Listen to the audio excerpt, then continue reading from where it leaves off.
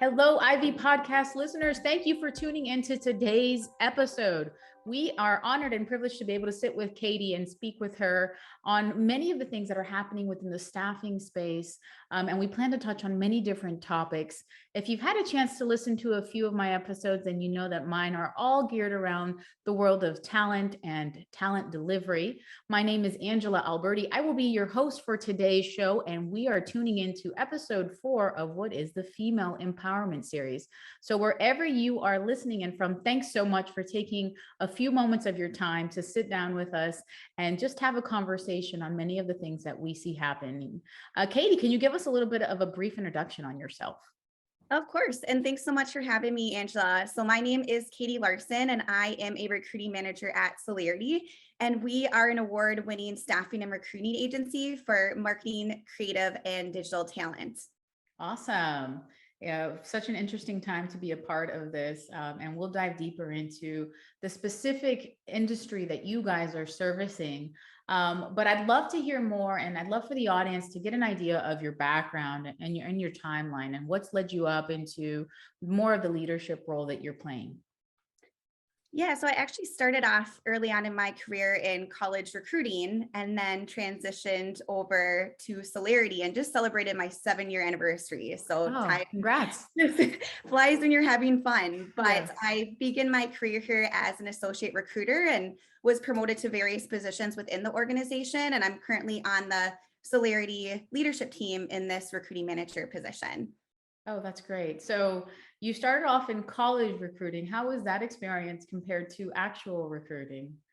It's definitely interesting how it kind of went full cycle because recruiting for a college, you are educating students on taking out loans and giving tours and helping them figure out what degree is the best, makes the most sense for them. And this is kind of full circle now where a lot of people have graduated and they're looking to make career steps and hopefully ladder up in making, a higher salary. So it's interesting to see how the dots have kind of connected, but still helping people from the business side of things. Yeah, that fundamental core of it's a sacred thing what you guys do. It's the livelihood of a person's career in your hands, and it's interesting to see how you really started off from that at such an early part in your career. One of the things I thought was super interesting about Celarity is that you guys have been doing this for 30 years, and not just staffing in general, but with the niche focus within marketing. And if we look at marketing within the past 30 years, I mean, my gosh, it's really transformed and gone into, probably snail mail campaigns upwards towards the digital marketing era. I'd love to just get your insight on how your staffing agency has really been able to evolve with the times, and really any insights that you can share in that regard. For sure. And since this is the female empowerment series, I think the best insight I can share is telling the story of how Celarity was founded. So Marlene Phipps is our founder. So her and her partner, Doug Phipps, they actually launched a small graphics design shop in 1990. And 3 years later, there was this huge increase in demand for creative freelancers to work alongside clients. And so from there, Marlene decided to establish kind of an innovative and original agency, which she named Freelance Creative. And over the years, Freelance Creative evolved into what's now known as Celarity. And I think I've always felt proud to be part of an organization that was founded by a woman. I mean, she's been a great role model for me. And in 2020, Marlene and Doug's sons, John and Robert Arnold, actually stepped into ownership roles. But I mean, collectively over these 30 years from what Marlene created, I know we've connected well over 600 plus companies to over 5,000 candidates and are continuing to grow. And I actually jotted down one of my favorite quotes to summarize. This is from our founder, Marlene, and she had said in an interview she previously did, "When we started the company, the thrill for me was making connections and finding people meaningful work. It was all about creating happy careers for everyone and still is." And I think I'm just truly proud to work for the longest standing digital marketing staffing agency in the Twin Cities. I mean, I think we set ourselves apart not only from like our values, reputation, awards that we've won, but I think we've always been just true to our relationship driven process that we have. That's awesome. That's awesome. And it really is keeping it So simple. At the end of the day, it's about connecting people and hopefully having the impact to positively change their life and the life of Mhm. their family and their extended family. So it's almost like a chain reaction of the impact that you guys have. It's really kind of refreshing to hear that you guys have embodied that within your own culture. It doesn't matter how technologically advanced times can get. It really is going back to the simple foundation of how you guys started. So thank you for that. That's awesome. And just with the age of marketing, we know that as quickly as that industry is evolving, staffing and recruiting is just behind it. Maybe it's kind of carried this notoriety to be a little bit more antiquated in some retrospect. Mhm. But what are some of those ideas and those trends that really excite you when it comes to staffing and talent acquisition in general? And maybe that's highlighted or even benefited your own team and the way they do things day in, day out. I think that helping individuals advance their careers is most exciting to me. I mean, it's so gratifying to play a part in kind of connecting the puzzle pieces between candidates and clients. In my 7 years at Celarity, I know I've placed around 300 candidates. And so I think Mhm. it's just rewarding to have played like a small piece in improving people's careers. And I think additionally in the staffing and talent acquisition space, I mean, marketing technology, it's always changing. So day to day, I'm continuing to learn, evolve. Every day is different. I know, for example, we recently implemented a new applicant tracking system that has better functionality. So right now it's a huge learning curve, but I think it will pay off dividends in the long run. And then also, I mean, another trend I've seen is that DEI&B initiatives, diversity, equity, inclusion and belonging, these initiatives that organizations have played and become a greater importance and focus from when I started in the staffing industry, over several years ago. That's awesome. I go back to the example that you drew from on the ATS, and I imagine what kind of project that is for you guys right now. It's a huge undertaking, but certain features of ATS systems now have automated functionality that will definitely make the life much easier for the recruiter and hopefully allow you guys to align back to what is most important in the development of relationships with the candidates and the clients that y'all speak to every single day. We're going to hop into the DE&I&B. I like the way that you frame that because it is really about inclusion and belonging. We are all diverse, just directly by the makeup of who we are. But that that I and that B is super important. So we'll hop into that in a little bit. But you mentioned the story of your company's founder, and I'd love to just hop into that a little bit more when it comes to female leadership insight. Can you give any practical recommendations on what's worked for you? Because you are younger, you are in a leadership position. What has helped you when it comes to female leadership? I think the first item that comes to my mind is knowing your values and making those decisions in all areas of your life, whether it be work, family, yourself. I mean, I've come to learn that leadership is basically an extension of your personal brand, and employees seeing the consistency of, the quote unquote true you really helps build trust Yeah, among the company. I yeah, think, secondly, what I've learned over the past year is find a woman mentor. I mean, someone that can help brainstorm, problem absolutely. solve, see things from a different perspective, someone that can recognize your strengths and encourage your growth. I took on a mentor this past year and she has helped me immensely. Ironically, she's from Salo. I know you had Clean Robinson, their CTO, Yeah, in this series yeah, a couple of weeks ago. absolutely. But it's been valuable because she can share her journey with me and what she learned as a female leader who's further along in her career, and it can just be an outside sounding board. And then lastly, I mean, just find your passion and stay curious about it and make self-care a priority. I cannot say that enough. I mean, I think being a woman, I find it so hard to balance work and family life. And so it's just really critical, as hard as it is, to make time for yourself. Yeah, absolutely.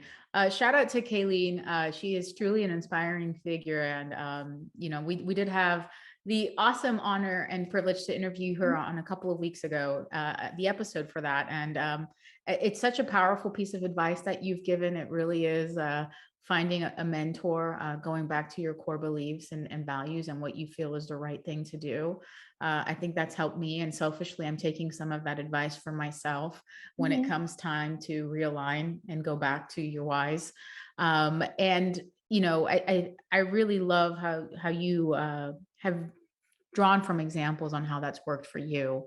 I'd love to get a little bit more of an insight on what the last couple of years have been like for your team. Speaking of leadership, you've seen it from a different lens, I guess you could say.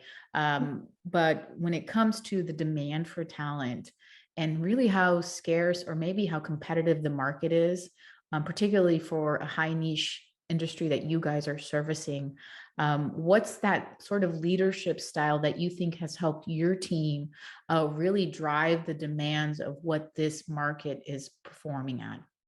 Yeah, the market is crazy right now. And I Yeah. think that having an empathetic leadership style, I mean, that's really critical in these times since individuals in the workplace, they want their voices to be heard, they want their point of views to be understood.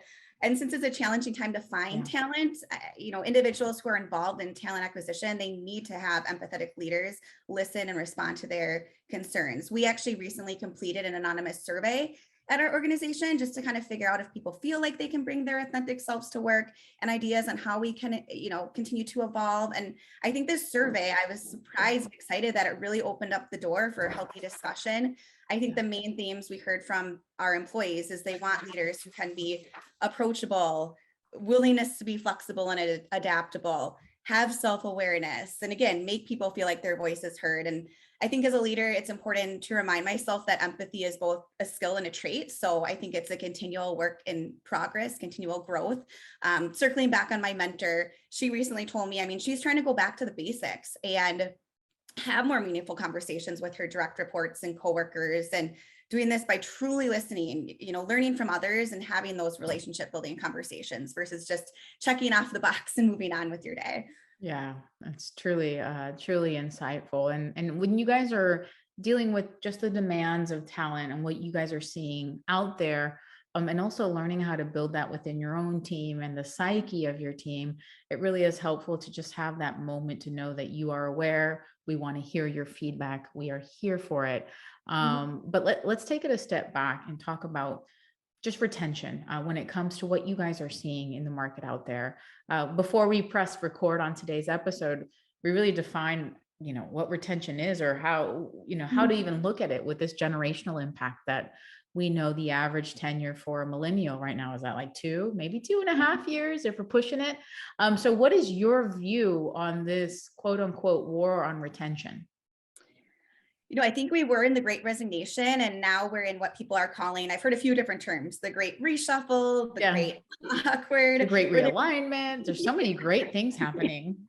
I know. And I mean, I think there were just so many opportunities over the past year that individuals made career moves and are now maybe regretting their decisions and maybe wanting to make the move once again. But I really don't think there's one simple solution that resolves the retention issues for employers. But I do think there are a few things that we can do in regards to this war on retention. I mean, first, as we previously discussed, back to the core of empathetic leaders. I mean, that's critical, and it's important for leaders to be transparent with their employees. I mean, the Right. relationship between employees and their managers is key, because it's no secret that one of the top reasons why employees resign is just due to maybe a poor, toxic relationship with their manager. Yeah.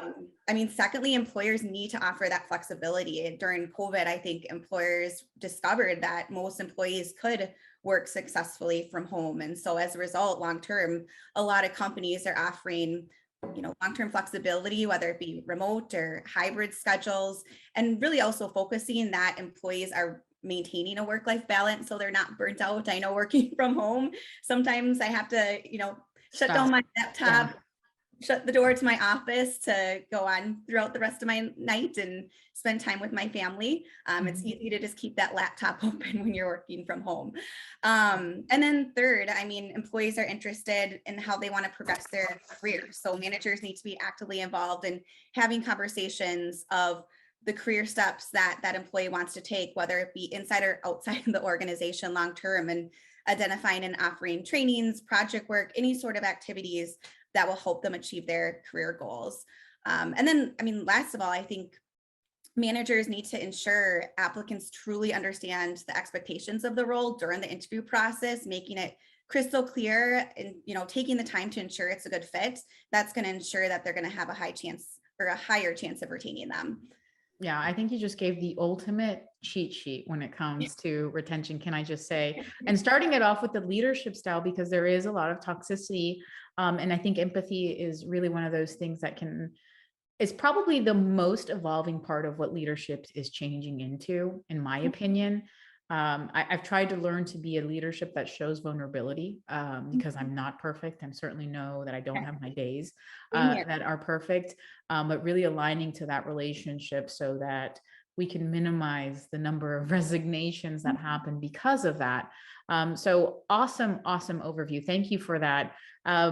You mentioned one of those areas when it comes to work from home and how you need to learn to shut down your laptop. And when we were prepping about this episode, we talked about how we can help support working mothers. And one of them is what you have to do yourself and knowing when your limits are. You draw an example from that perfectly. But what are some of those insights that you can share from a leadership perspective when it comes to knowing that you have a staff of working mothers on board with you?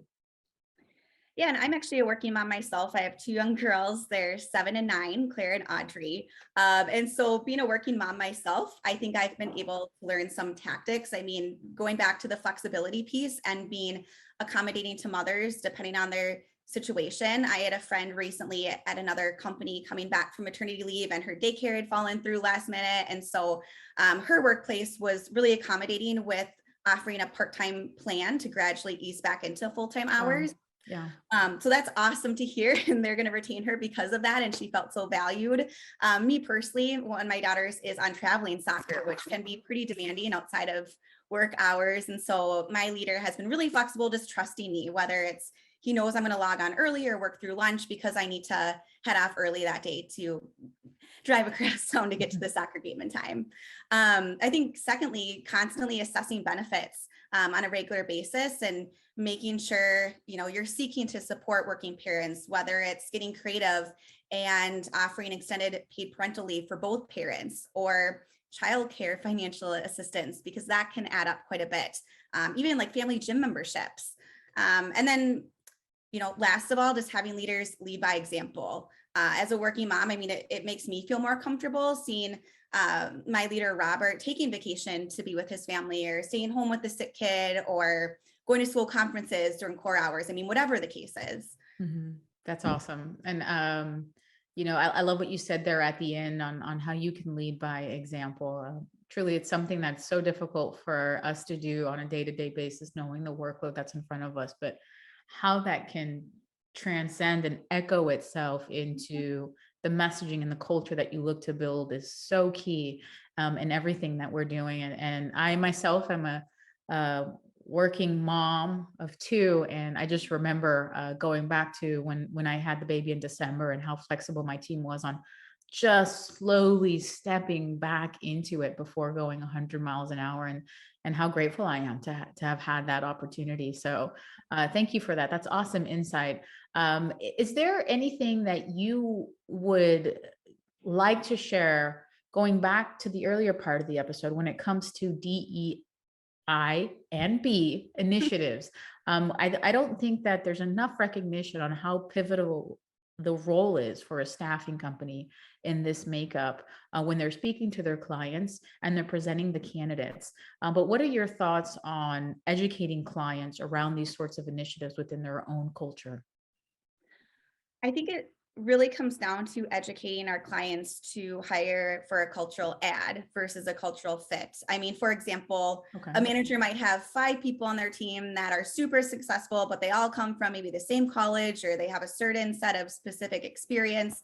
But, what if we went outside the box and added someone that has a different background, but they could provide a unique perspective that your team doesn't have yet and bring fresh ideas to the group? I mean, really challenging clients to be open-minded and hiring.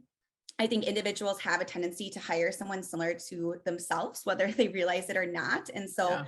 we need to educate employers that organizations can truly prosper and be more successful when they have a group of employees that are diverse in all aspects. And, additionally, the organization should mirror demographics of a customer and client base. And just a few other tactical ideas I have is, I mean, analyzing and educating clients on their job descriptions for maybe even accidental discriminatory language. I mean, as simple as maybe changing must have on the job description to nice to have, that could open up the pool of talent that applies. And then also working on diversifying where jobs are being posted. So not just our website or theirs or LinkedIn, but researching diverse organizations that we can post on as well to open up that pool of talent, and then tracking those hiring metrics to have measurable goals and making sure that we're seeing changes.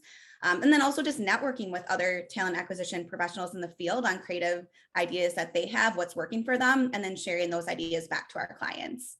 That's awesome. I think you just answered the reason why the intermediary, the staffing recruiting company, plays such an important role in this whole entire process and initiative that we see happening. And hopefully, as the years progress, it's something that's more adaptable and accepted for the generations to come, like your daughters and mine as well.